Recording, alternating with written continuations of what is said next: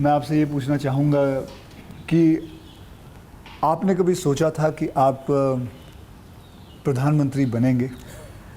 कभी आपने सोचा था? और सोचा भी था तो कौन से साल में, कौन सी उम्र में आपने सोचा था कि मैं इस देश को चलाना चाहूँगा? कभी ऐसा विचार नहीं आया। अच्छा। और सामान्य लोगों के मन में बात गले नहीं उतरती है। शायद जो बन जाते हैं सबके जीवन में ऐसा होगा। मैं नहीं मानता हूँ कि यानी कोई एकदम फैमिली ही उसी प्रकार से बैकग्राउंड वाली हो और किसी के मन में इच्छा जगती हो तो बहुत स्वाभाविक है। वरना मेरा जो फैमिली बैकग्राउंड है उसमें तो अगर मुझे कहीं अच्छी सी नौकरी की भी मिल गई होती तो शायद मेरी माँ अड़ोस पड़ोस के लोगों को गुड़ खिला देती कि चलो भाई बेटे को वहाँ नौकरी मिल गई, क्योंकि उससे ज़्यादा हमने तो कुछ सोचा नहीं था, गांव के बाहर कुछ देखा नहीं था। ये तो एक ही यात्रा चल पड़ी और देश मुझे लेता चला गया, तो अपने आप ही बनते चले गए। सब कुछ जिम्मेवारी आती गई। बहुत ही मतलब नेचुरली रहा है इसमें। वैसे मुझे मेरी दृष्टि से, मेरे व्यक्तिगत जीवन की दृष्टि से अननेचुरल लग रहा है। ओके। क्योंकि मेरा बैकग्राउंड, मेरी दुनिया, आज की जो राजनीति का तौर तरीका उसमें ये सब बैठता ही नहीं जी। मुझे भी आश्चर्य हो रहा है कि देश मुझे इतना प्यार कैसे करता है और इतना सारा क्यों मुझे देता रहता है। जहाँ तक मैंने पढ़ा है आप सन्यासी बनना चाहते थे या आप सोल्जर या आर्मी में जाना चाहते थे, ऐसा कुछ भी? ये आपकी बात सही है, ये आपकी बात सही है। बचपन में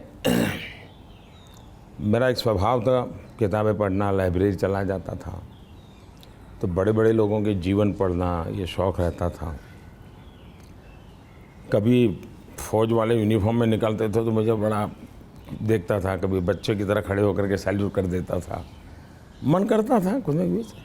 इतने में 1962 का वॉर हो गया, तो हमारे यहाँ से दूर एक महसाना स्टेशन है मेरे गांव से, तो वहाँ स्टेशन पे सब लोग, जो फ़ौज के लोग ट्रेनों में जाते थे उनका बड़ा सत्कार करते थे, चाय वगैरह, तो मैं भी चला जाता था।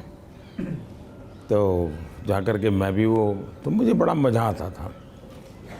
तो मन पे हो गया कि हाँ ये देश के लिए जीने मरने वाला रास्ता है, तो कभी उस दिशा में सोचता था। इतने में एक बार मैंने कहीं पढ़ा कि गुजरात में कोई सैनिक स्कूल है, उसमें आप दाखिल हो सकते हैं। तो हमने अपना, अरे उस समय शायद 1 रुपया 2 रुपये से उसका सारा जानकारियाँ मंगवाते थे। अब हमें तो अंग्रेजी आती नहीं थी, तो हमारे मोहल्ले में एक स्कूल के प्रिंसिपल मिस्टर रास विहारी मणियार करके रहते थे, तो मैं उनके पास चला गया।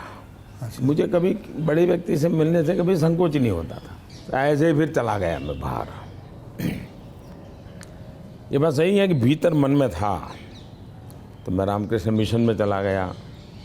एक स्वामी आत्मस्थानंद जी हुआ करते थे, अभी उनका करीब 100 ईयर उम्र में अभी स्वर्गवास हुआ। तो मैं सीएम बना तो मेरे घर उनको फिर बुलाया मैंने, प्रधानमंत्री बना तो उनके यहाँ चला जाता था। अभी कलकत्ते में अस्पताल में थे तो 2-3 बार हो आया था मैं। तो वो बड़ा बहुत मुझे प्यार करते थे, समझाते थे ज़िंदगी क्या है, टिकना क्या है। रामकृष्ण मिशन आश्रम में कुछ समय रखते थे मुझे। विवेकानंद जी जिस कमरे में रहते थे उसमें मुझे घंटों तक बैठने के लिए मौका देते थे। तो ये सारे नए नए अनुभव होने लगे। फिर हिमालय की दुनिया में चल पड़ा, बहुत कुछ भटका, बहुत कुछ घुमा, दुनिया देखी, और ये सब 18-20 साल 22 साल की उम्र में ही करता रहा मैं। लेकिन कुछ कन्फ्यूज़न भी था, कुछ इरादे भी थे, कोई गाइडेंस भी नहीं मिल रहा था, लेकिन मन में सवाल खुद पैदा करता था, जवाब खुद ढूंढता रहता था। ऐसे भटकता यहाँ पहुँच गया। तो आपकी लाइफ को मैं अभी आपकी बात मैं सुन रहा हूँ, तो मुझे लगता है अगर आप प्रधानमंत्री नहीं होते तो जिस हिसाब से आप बता रहे हो तो सन्यासी ज़्यादा लगते थे, मतलब सन्यासी बन जाते थे अगर आप। वैसे मैं क्या बनता ये कहना अभी कठिन लग रहा है, क्योंकि जो सोचा नहीं वो बन गया। वो तो हमेशा होता है, मेरे साथ भी। मैं भी आपको अगर एक किस्सा सुनाऊंगा तो मेरे साथ भी ऐसा ही कुछ हुआ है। मैं क्या बनने वाला था, मैं एक मार्शल आर्ट का टीचर बनना चाहता था, कहाँ मैं फिल्मों में आ गया और फिल्मों में आते आते हीरो बन गया।